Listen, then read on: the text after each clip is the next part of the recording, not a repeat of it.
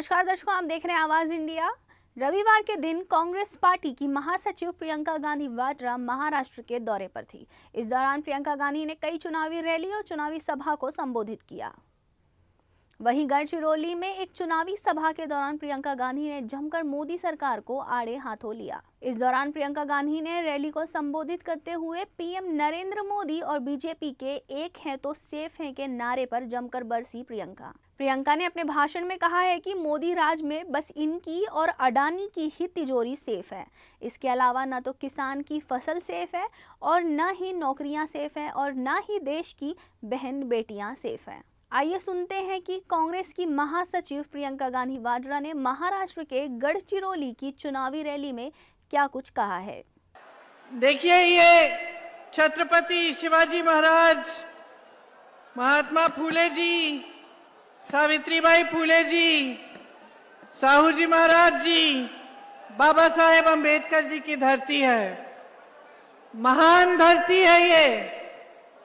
बिरसा मुंडा जी की, टंटिया मामा, राघोजी भागरे, गुलाम महाराज जी की, उनके संघर्ष की, उनके सिद्धांतों की धरती है। इस धरती का एक बहुत गहरा महत्व है हमारे देश की संस्कृति में, हमारी देश की राजनीति में, और हमारी देश की एक तरह से हमारी देश की आत्मा में। जो आज हमारा देश है, एक लोकतंत्र है, हमारा मजबूत संविधान है, इसकी नींव इन्हीं की सोच से डली है, इन्हीं के कार्यशैली से डली, और ये इस महान इतिहास से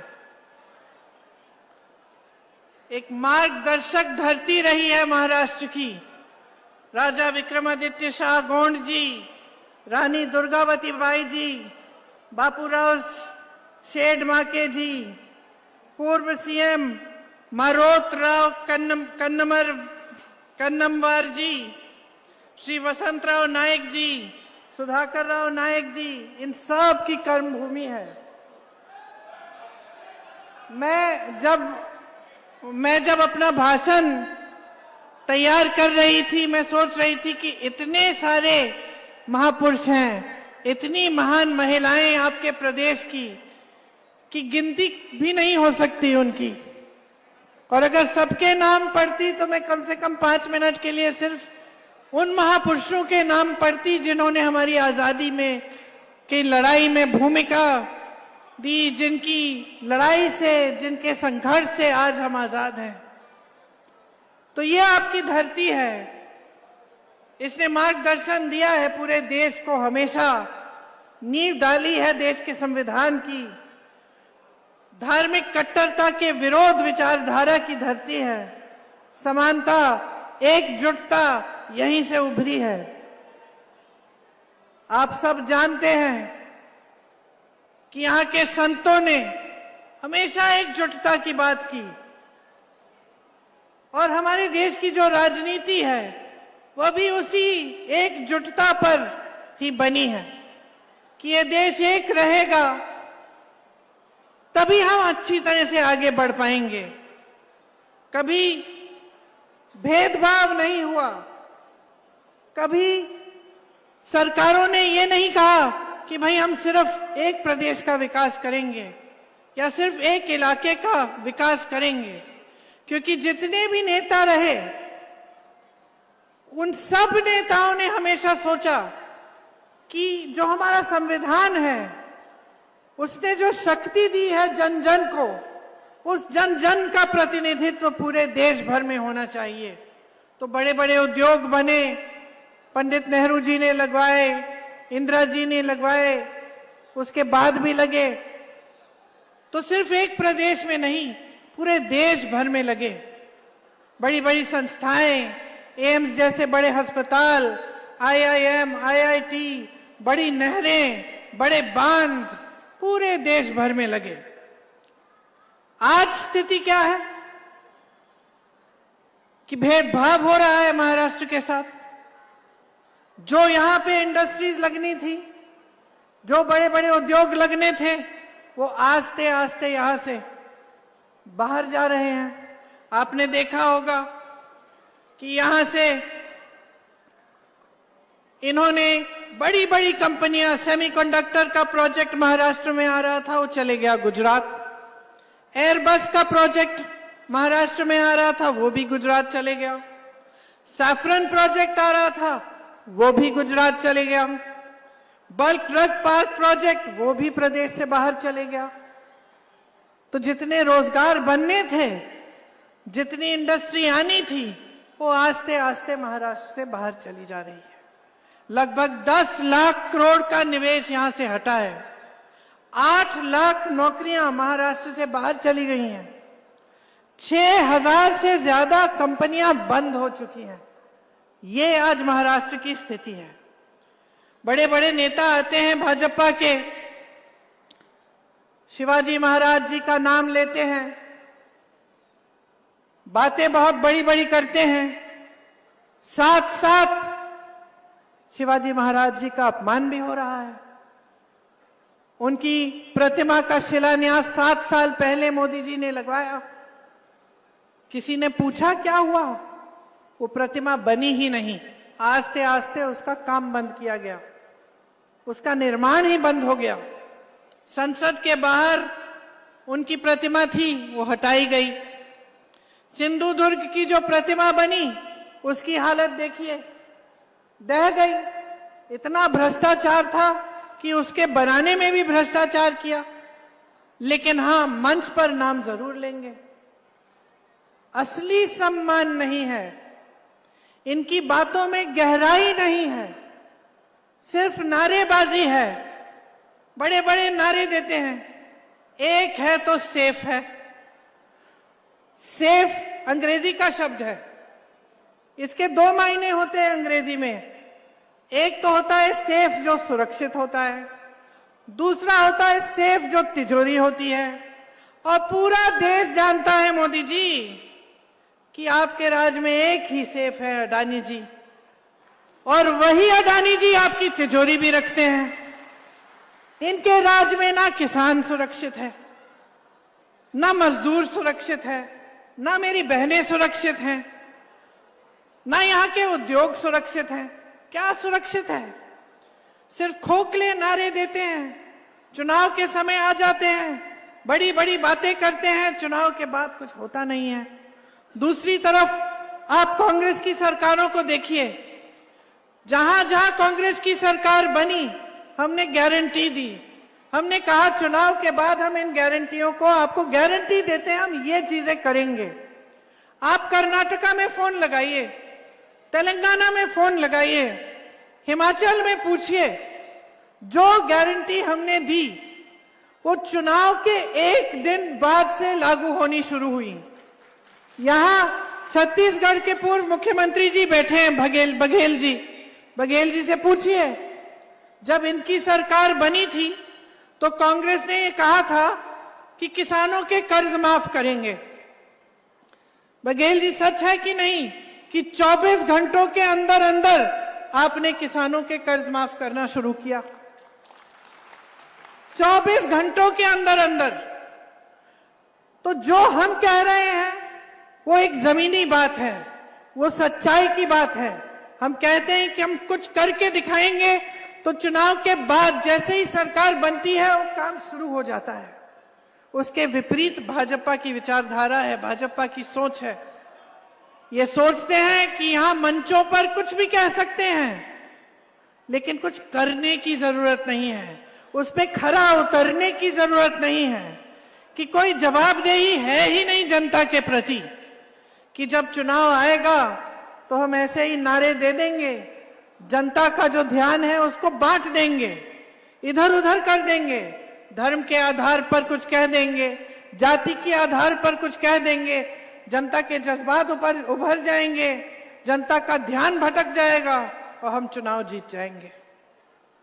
तो एक जो जवाबदेही होती थी, जो हमारे संविधान ने बनाई, संविधान में लिखी हुई है कि वोट आपका है, शक्ति आपकी है, आप बदलाव ला सकते हो, जनता के प्रति जवाबदेही होगी हर नेता की, हर प्रधानमंत्री की, हर मंत्री की, वो इन्होंने आस्ते आस्ते 10 सालों में वो परंपरा छोड़ दी है और वो जवाबदेही खत्म होने जा रही है। क्योंकि जब राजनीति की जो दिशा है वो इस तरह से बदल जाती है कि वो आपकी समस्याओं की बात नहीं करती, वो जो आपकी सच्चाई है, जो आप जी रहे हैं, जो आपका संघर्ष है, उसके बारे में चर्चा नहीं होती। चर्चा होती है तो आपके ध्यान भटकाने वाली चर्चा होती है। तब यही होता है कि नेता सोचता है कि कोई बात नहीं, हमें काम करने की जरूरत नहीं है, हम तो बस चुनाव के समय कुछ भी कह देंगे, चुनाव जीत जाएंगे। तो ये बहुत गलत परंपरा है। आज देखिए आपकी कितने संघर्ष हैं। मेरी बहनें यहाँ बैठी हैं, आप मेहनत करती हो अपने बच्चों को बड़ा करने के लिए। अभी यहाँ धूप में बैठी हो, घर जाओगी, खाना पकाओगी, जो खेती में काम करता है खेती में जाएगी, काम करेगी, फिर भी घर आके काम करेगी, बच्चों की परवरिश देखनी है, परिवार के सब सदस्य ठीक है कि नहीं, कोई बीमार तो नहीं है, सब कुछ देखना है। सबसे ज्यादा मेहनत महिला करती है, सबसे ज्यादा मेहनत, सबसे ज्यादा संघर्ष। और देखो परेशानियां कितनी हैं आज, महंगाई कितनी बढ़ा दी है इन्होंने। 10 सालों में इतनी महंगाई बढ़ गई है कि आज आप त्योहार भी खुशी से नहीं मना सकते। त्योहार आता है घबराहट होती है, दिवाली आ रही है, पुताई करनी पड़ेगी, मेहमान आएंगे, खाना बनाना पड़ेगा, नए नए कपड़े सिलवाने पड़ेंगे, कैसे करेंगे। जो खुशी का मौका है उससे भी घबराने लगे हैं लोग, क्योंकि महंगाई इतनी बेहद ज्यादा हो गई है। हर चीज पे जीएसटी लगा दी है, कपड़ों पे जीएसटी, दवाओं पे जीएसटी। जो छोटे छोटे दुकानदार हैं, जो छोटे छोटे बिजनेस चलाते हैं, उनके नाक में दम कर दिया है। कोई कमा नहीं पा रहा है, बेरोजगारी चरम पे है। आप बच्चों को पढ़ाते लिखाते हो, मेहनत करते हो। आज देखो ये जमाना नहीं रहा कि कोई गरीब परिवार का है, गांव में है, तो सोचता है कि चलो 8वीं तक पढ़ा देंगे और बस। ये जमाना नहीं रहा। आज गरीब से गरीब परिवार में, पिछड़े से पिछड़े इलाके में कोई चले जाए, देखे गरीब से गरीब परिवार में माँ बाप चाहते हैं कि ये बेटा पढ़ेगा लिखेगा, अच्छी इसका अच्छा भविष्य बनेगा, और कुछ भी करते हैं उसकी पढ़ाई लिखाई के लिए। लोन ले लेते हैं ट्यूशन की फीस को भरने के लिए, इम्तिहान देगा, पास हो जाएगा, रोजगार मिलेगा, बहुत मेहनत करते हैं। लेकिन भविष्य क्या है आज नौजवानों के लिए? इम्तिहान देते हैं तो उसमें भी कुछ घोटाला हो जाता है, गड़बड़ हो जाती है। माँ बाप पढ़ाते हैं लिखाते हैं, मेहनत करते हैं, रोजगार नहीं मिलता, नशे का शिकार बन जाता है। तो सरकार की सबसे पहली नीति तो यही होनी चाहिए कि मजबूत रोजगार दिलवाए, कि जो आप मेहनत कर रहे हैं उसका हम समर्थन करें, सरकार समर्थन करे, आपको आगे बढ़ाए। लेकिन इनकी नीति ये है कि जो देश का है वो सब एक आदमी को पकड़ा दो। देश के बंदरगाह, देश के हवाई अड्डे, देश की बड़ी बड़ी कंपनियां, इन सब से रोजगार मिलता था, ये सब अडानी जी को दे दिए। आपकी जमीनें देने जा रहे हैं। छत्तीसगढ़ में पूछिए कितनी जमीन खा गए हैं आदिवासियों के, आपके हक जा रहे हैं और आपको रोजगार नहीं मिल रहा है। यहां से बड़ी बड़ी कंपनियां जा रही हैं, और जो सरकारी कंपनियां हैं उनमें कॉन्ट्रैक्ट का सिस्टम आ गया है, ठेके का सिस्टम आ गया है।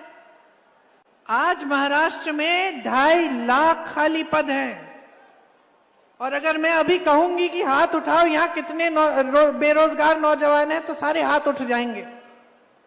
उठा के दिखाओ।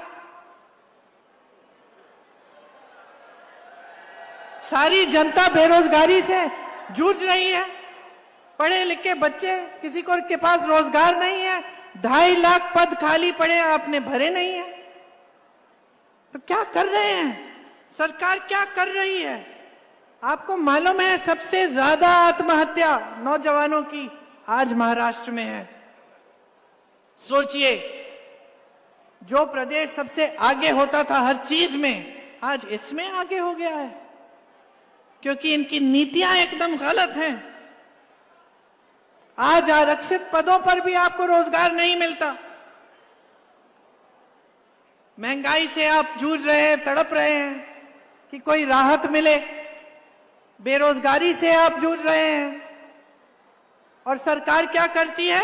2.5 सालों से इनकी सरकार रही है और 10 सालों से ज्यादा हो गए हैं केंद्र में। महाराष्ट्र में 2.5 साल हो गए हैं जब से इन्होंने सरकार चुराई आपकी। और क्या किया इन्होंने? कुछ नहीं। अब चुनाव आने लगा, बहनों ध्यान से सुनो, ध्यान से सुनो। चुनाव आने लगा और 4 महीने पहले आपके लिए स्कीम निकाली है, लाडली स्कीम इनकी, जिससे आपको 1500 रुपए महीने दे रहे हैं। आप मुझे बताओ, 2.5 साल से इनकी सरकार रही है, 2.5 साल से कहां थे? आप जानती हैं, सोचिए, मान लीजिए किसी की बेटी की शादी किसी घर में हो गई और एक नालायक से शादी हो गई। उसने शादी कर ली, आपने शादी करा ली, और वो नालायक काम नहीं करता, बेटी की देखभाल नहीं करता, कमाता नहीं है, जाके जुआ खेलता है, पीता है, जो भी करता है। एक दिन आ गया कि वो घर आया, बड़े प्यार से बातें करने लग गया आपकी बेटी से, और अच्छी अच्छी बातें कर रहा है कि मैं ये खरीद के दूंगा, वो खरीद के दूंगा। तो आप क्या कहेंगी? क्या कहेंगी बेटी को? आप यही कहेंगी ना कि असली चरित्र पहचानो, ये तो 2-3 दिन से अच्छा है, इसको कुछ जरूर चाहिए होगा तुमसे, यही कहोगी ना? तो यही तो सिलसिला है। 2.5 सालों से कुछ नहीं किया, अब चुनाव के पहले आ गए लाडली बहना लेके, 1500 रुपए आपको पकड़ा रहे हैं, सोचते हैं कि आपका वोट खरीदेंगे इन 1500 रुपए से। और आपसे कितना लिया है इन सालों में इन्होंने? महंगाई इतनी बढ़ चुकी है, आपका बच्चा पैदा होता है, उसके लिए दूध खरीदोगे तो दूध पे जीएसटी लगा दिया। स्कूल गया, स्कूल की फीस भरने के लिए आपको इतना महंगा कर दिया कि आप भर नहीं पा रहे हो। कॉपी पेंसिल पर जीएसटी है, खाने और कपड़े पर जीएसटी है, बीमार पड़ गया आपका बच्चा, उसके इलाज पर जीएसटी है।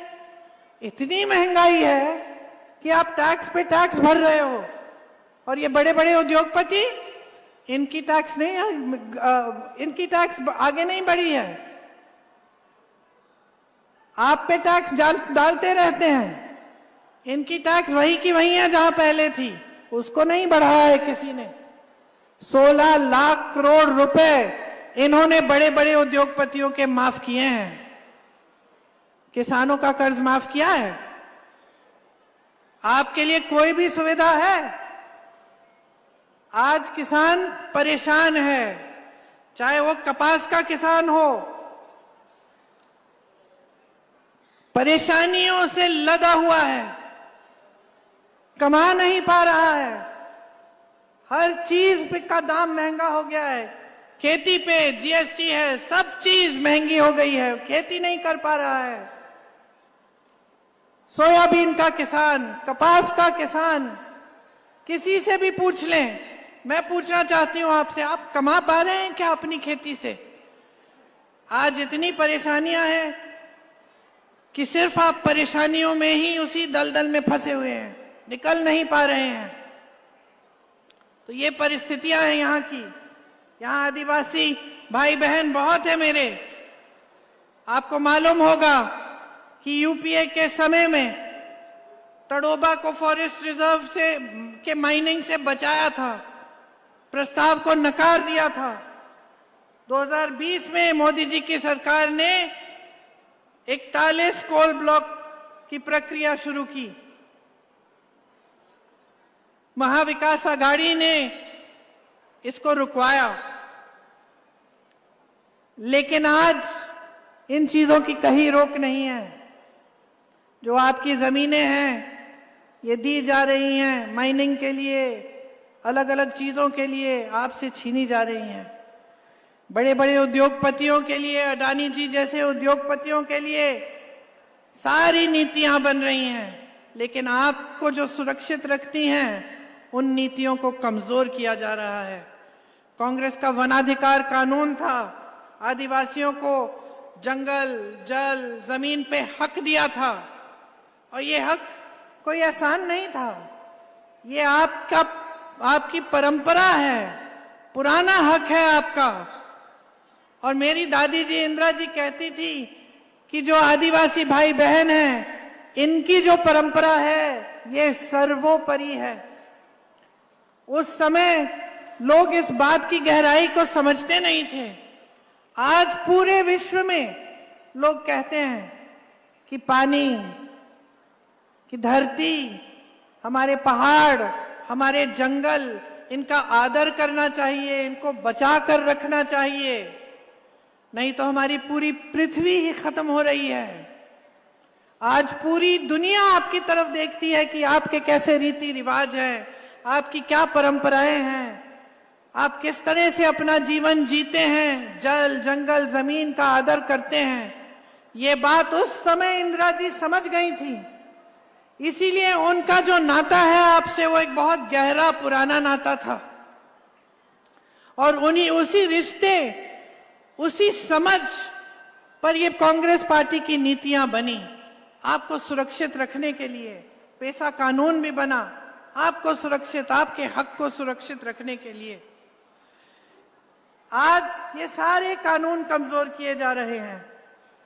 महाराष्ट्र में 4 लाख आदिवासियों ने FRA के क्लेम लगाए हैं।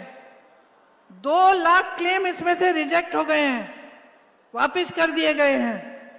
पूरे देश में 22 लाख आदिवासियों की जमीन पे क्लेम है, वो नकार दी गई है। तो आपका जमीन पे जो आपका हक है वो कमजोर किया जा रहा है। मुझे मालूम है कि यहाँ पे वो सिकल सेल एनीमिया जो है उसकी वजह से काफी परेशानियां हैं आपकी। महाराष्ट्र में 16,000 से ज्यादा मरीज और ज्यादातर आदिवासी समुदाय के हैं। 4,000 मरीज अकेले गढ़चिरौली के हैं। स्वास्थ्य सुविधाएं बदहाल हैं। ये बड़ी बड़ी बातें जो मोदी जी, उनके मंत्री जी करते हैं आपके सामने, ये सिर्फ बातें ही रह गई।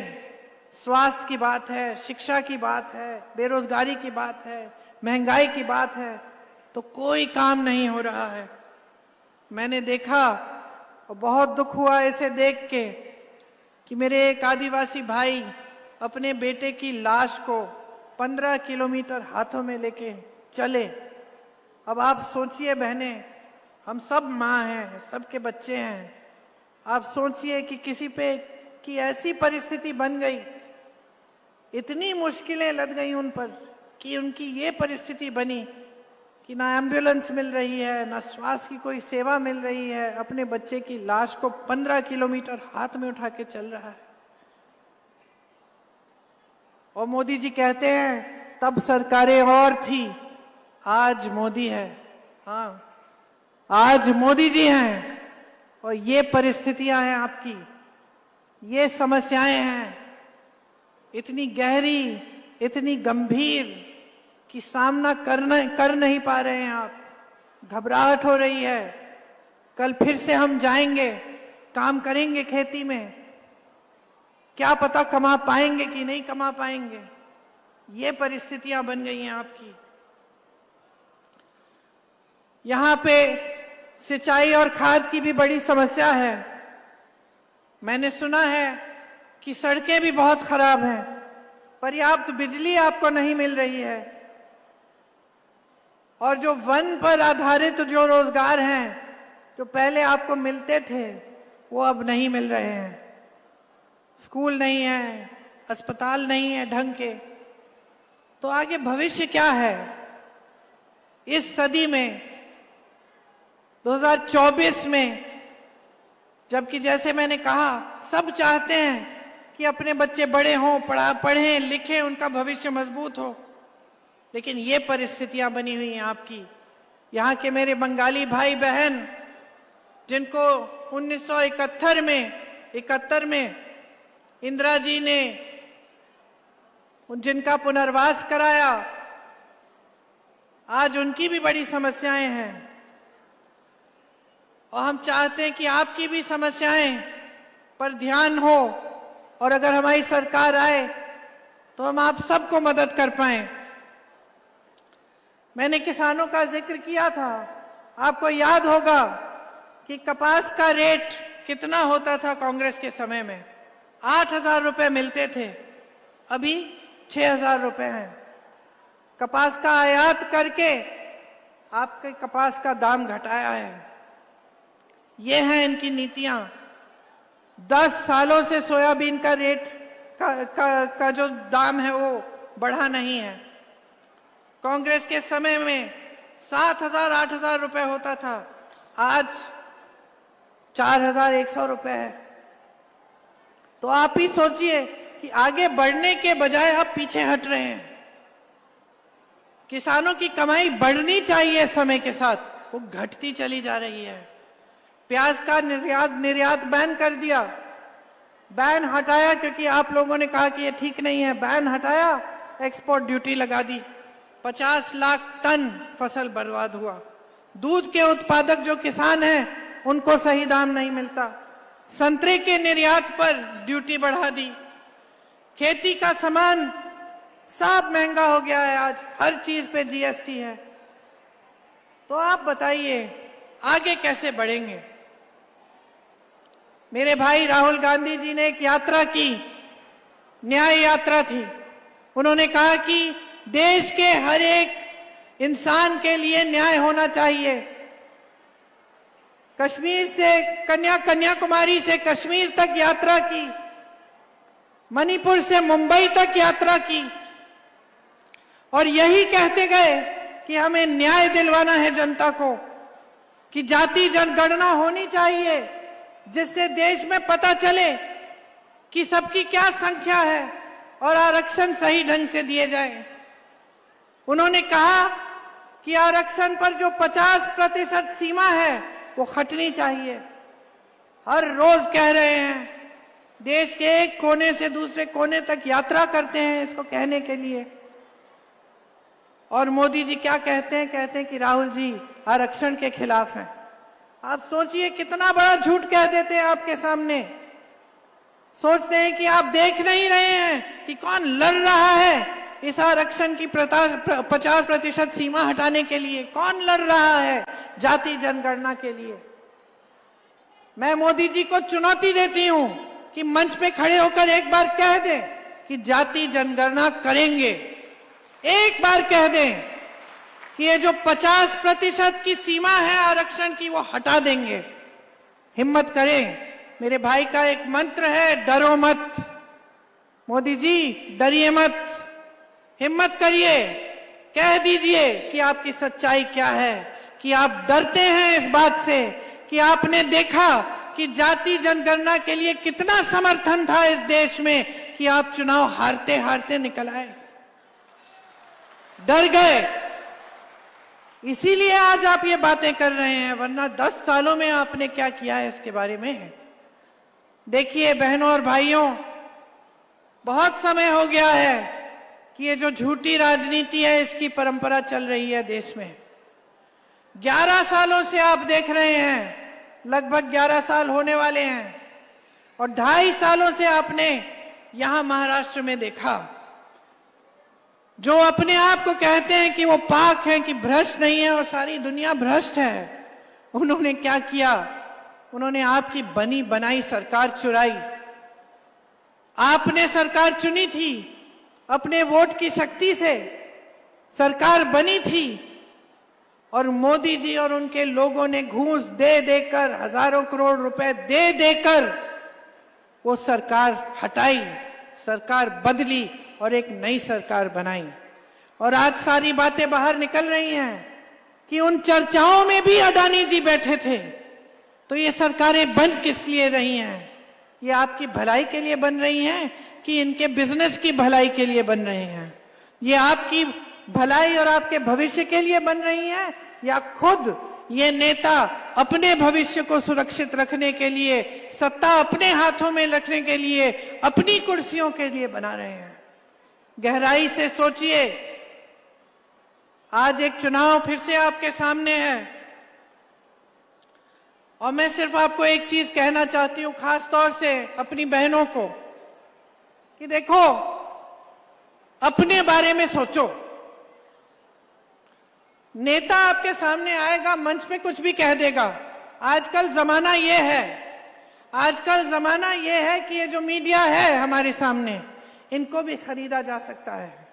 बड़े बड़े उद्योगपतियों की मीडिया है, आपको कुछ भी कहा जा सकता है। आप सिर्फ बातों के भरोसे मत चलिए। ये चुनाव आपकी जरूरतों पे लड़ा जाना चाहिए। आपकी क्या परिस्थिति है? इनकी सरकार इतनी समय से है, क्या आपको पानी के लिए संघर्ष करना पड़ता है कि पानी मिल जाता है? क्या बिजली आ रही है आपके घर में? क्या कमाई हो रही है? क्या बेरोजगारी कम हो रही है? क्या महंगाई कम हो रही है? ये है असली सवाल। असली सवाल ये है कि आप इस देश की जनता हो, आपके जीवन में तरक्की आ रही है कि नहीं। ये एक सवाल है बस, इसके बारे में सोचो। अर्जुन की तरह अपना ध्यान एकदम एक चीज पे रखो, वो है आपका भविष्य, आपके बच्चों का भविष्य और आपकी जिंदगी, आपका जीवन। क्योंकि मोदी जी के मंत्री, जो यहाँ के मुख्यमंत्री हैं, वो सब अपनी ही दुनिया में रहते हैं। वो कभी जनता से मिलते जुलते नहीं है, कट गए हैं जनता से। उनको पता भी नहीं है कि आपके संघर्ष क्या है। वो तो सिर्फ मंच पे आके अच्छे अच्छे भाषण देके, नए नए नारे देके चले जाते हैं। जीवन तो आप जी रही हैं, आप जी रहे हो। खेती में रोज काम करते हो, कमा नहीं पा रहे हो। घर जाती हो, बच्चे को खाना खिला नहीं पा रही हो, भूखी सोती हो, क्योंकि देखती हो कि सबने खाना खा लिया है, चलो मैं छोड़ दूंगी, मैं कल खा लूंगी। ये परिस्थिति नहीं होनी चाहिए आपकी। इसीलिए अगर आप अपने लिए नहीं लड़ेंगे, अगर आप अपने वोट की शक्ति को नहीं पहचानेंगे, अगर आप खड़े नहीं होंगे और आप नहीं कहेंगे कि बहुत हो गया, हमें बदलाव चाहिए, हमें एक नई सरकार चाहिए जिसे कोई खरीद ना पाए, जो हमारे लिए काम करे, जो हमारी जरूरतों को पूरी करे, जो हमारी समस्याओं का हल करे, तभी बदलाव आएगा। और सबसे बड़ी शक्ति मेरी बहनों आपकी है, सबसे बड़ी शक्ति।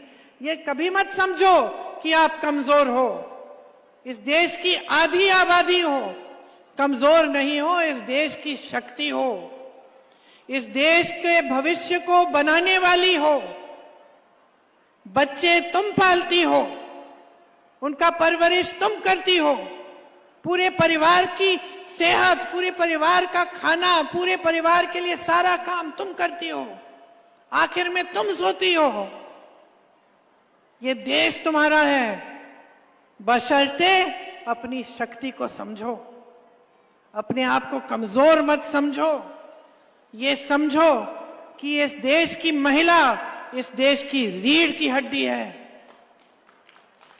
जिस दिन खड़ी हो जाओगी और किसी के बहकावे में नहीं आओगी, जिस दिन कोई आपको बोले कि चुनाव के पहले लो 1500 रुपए लो, और उसके बहकावे में नहीं आओगी और उसके आधार पर वोट नहीं डालोगे, लेकिन अपने आधार पर वोट डालोगे कि अपना जीवन क्या है, कि अपने बच्चों की क्या परिस्थिति है, उस दिन से आपके जीवन में बदलाव आएगा। हमारी कुछ गारंटियां हैं महाविकास आघाड़ी की। उसमें हम कह रहे हैं कि हर महीने महिलाओं को 3000 रुपए देंगे, लेकिन हम चुनाव के आधार पर नहीं कह रहे हैं, हम आपके प्रति सम्मान के आधार पर कह रहे हैं। हम जानते हैं कि समाज का बोझ आप उठाती हो अपने कंधों पर, हम जानते हैं। इसीलिए हम कह रहे हैं कि 1500 काफी नहीं है, 3000 रुपए आपको मिलने चाहिए, और आपके पास छोटी सी अपनी रकम होनी चाहिए, जो जब आप खर्चना चाहें, जब आपको जरूरत पड़े, आपके हाथों में हो। और ये काम सरकार बनने के अगले दिन से शुरू होगा। इसका इंतजार नहीं होगा कि अगला चुनाव आएगा तो लो थोड़ी सी मदद लो, क्योंकि हमारी सिर्फ नीति अच्छी नहीं है, हमारी नीयत भी साफ है। इसके साथ साथ 25 लाख की हम स्वास्थ्य बीमा देना चाहते हैं। राजस्थान में कांग्रेस की सरकार थी, 25 लाख का स्वास्थ्य बीमा वहां पे दिया गया। और मैं ऐसे लोगों से मिली जिनका कैंसर का ऑपरेशन, हार्ट का ऑपरेशन, बड़ी बड़ी जो बीमारियां थी, उनका पूरा इलाज मुफ्त में हुआ इस बीमा की वजह से। हम ये महाराष्ट्र में करना चाहते हैं ताकि जब कोई बीमार पड़े तो आपको घबराहट ना हो, आप जाने कि हाँ 25 लाख तक बीमा है, इलाज हो जाएगा। किसानों के लिए 3 लाख रुपए तक कर्ज माफ किया जाएगा। नियमित कर्ज चुकाने पर 50,000 रुपए का प्रोत्साहन मिलेगा। सोयाबीन का जो एमएसपी है, न्यूनतम समर्थन मूल्य, वो 7,000 रुपए प्रति क्विंटल होगा प्लस बोनस। कपास के लिए आपको सही दाम मिलेगा और प्याज के लिए उचित दाम तय करने के लिए एक कमेटी बनाई जाएगी ताकि प्याज के लिए भी आपको उचित दाम मिले। यहाँ पे जो नौजवान हैं जिन्होंने हाथ उठाया कि बेरोजगार हैं, ये जो 2.5 लाख पद खाली हैं इनके राज्य में, इनको पूरा करने के लिए इनको भरने का काम महाविकास आघाड़ी की सरकार करेगी। जो नौजवान बेरोजगार हैं उन्हें 4,000 रुपए प्रति माह बेरोजगारी भत्ता भी मिलेगा ताकि जब तक नौकरी न मिल जाए तब तक कुछ सहूलियत हो, कुछ सहायता मिले। देखिए, मैंने स्पष्ट कहा काफी बार कि ये चुनाव आपकी समस्याओं के बारे में होना चाहिए। ये चुनाव जो है ये आपके सम्मान, आपके अधिकार, आपके विकास का चुनाव है। इसमें आप अपना वोट एकदम ध्यान से इस्तेमाल करिए, विवेक से इस्तेमाल करिए। मैंने कहा कि हम लोगों की बातों में मत पड़िए। मैंने कहा देख लीजिए कि दूसरे प्रदेशों में कांग्रेस की सरकार क्या कर रही है, क्या ऐसी गारंटियां पूरी हो रही हैं कि नहीं, तभी वोट दीजिए। तो मैं सिर्फ एक चीज कहने आई हूं आपसे, जागरूक बनिए, सतर्क बनिए, किसी के बहकावे में मत आइए। ये वोट जो है ये आपका भविष्य बनाएगा। सोच समझ के महाविकास आघाड़ी के जो उम्मीदवार हैं उनको भारी से भारी बहुमत से जिताएं ताकि ये समस्याएं दूर होनी शुरू हो, ताकि आपके बच्चों का भविष्य मजबूत होना शुरू हो, ताकि ये जो बड़ी बड़ी समस्याएं हैं, बेरोजगारी, ये महंगाई, ये किसानों की जो समस्याएं हैं, ये दूर हो। ऐसी सरकार बने जिसकी नीति आपके लिए बने, किसी बड़े उद्योगपति की खाल बचाने के लिए नहीं, लेकिन आपके भविष्य को मजबूत बनाने के लिए बने। आपने बहुत शांति से और ध्यान से मेरी बातें सुनी, इसके लिए मैं धन्यवाद देती हूं। और मेरी आशा है कि चुनाव के दिन आप इन बातों को याद रखेंगे कि ये चुनाव आपका चुनाव है, संविधान का चुनाव है, इस देश का चुनाव है और आप इस देश के रखवाले हैं। जय हिंद।